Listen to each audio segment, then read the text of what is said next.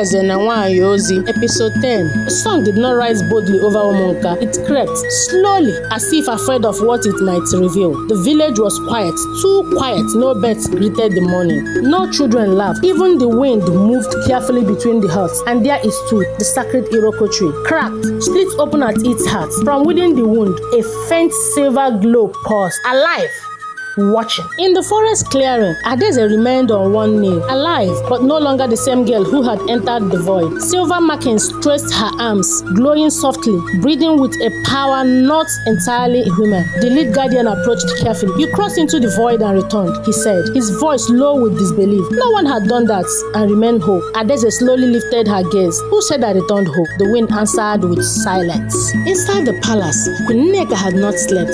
The dark fragments hovered before her, unstable now, flickering. "You hesitated," the horn shadowed accused. For a breath, she replied coldly. "A ruler cannot afford breath." The torches dim, the shadow's voice lower. For the bridge to fall, something she loves must burn. And in the queen's silence, there was no refusal, only calculations. In the hall of mirrors, the king Ezenkwọcha collapsed. Gold cracks splintered across the largest mirror. The oracle rushed to him. "You tied your life force to the balance," she warned. The king struggled for breath. "If the land stands, it is worth it. But if balance shifts again," she whispered, "your life will answer." Outside, grey clouds gathered, not red, not silver, waiting. At dusk, ₦EZE walked alone to the river. The water stirred restlessly. "You felt it too?" she whispered. The river spirit rose, shimmering, weaker now.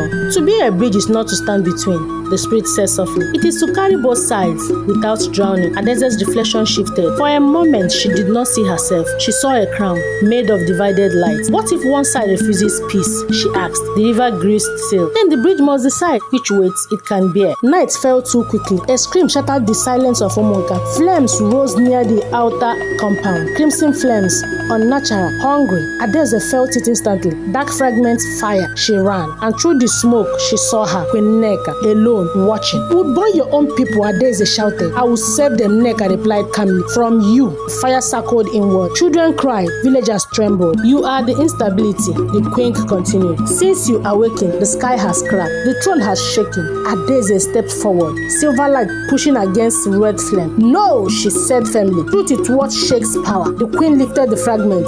Power always answers. The flames tightened. Closer, closer. ₦EZE felt the pull of the void. She could extinguish the fire, but it would cost her everything. No more bridge, no more balance, no more spirit reign. Just human, just mortal. The river spirit's voice echoed faintly. "Every bridge pays a toll."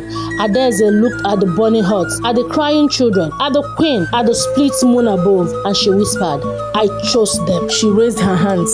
Silver light did not explode like a weapon. It felt like rain, cool, brilliant, blinding. The crimson fire screamed as it died. Smoke dissolved. Silence returned. The silver markings to ₦EZE's arm began to fade, one by one, until only a faint glow remained over her heart. Far beyond sight, in the unseen realm, something ancient roared in fury. The bridge had saved itself. Queen Nneka lowered the dark fragments. For the first time, fear touched her eyes. She chose them over power. The queen whispered. The shadow hissed. She has weakened herself. But Nneka watched ₦EZE collapse into the arms of villagers. No throne, no spirit, no glory, only people. And quietly, almost to herself, the queen said, "Or she has become stronger than both of us." Above Umunka, the split moon began to mend, not fully, but slightly, and deep within the cracked Iroko tree, golden sap began to glow. The ancient voices whispered once more, "When sacrifice outweighed ambition, prophecy rewrites itself." To be continued. Subscribe, follow, like, and share for more stories. Thank you.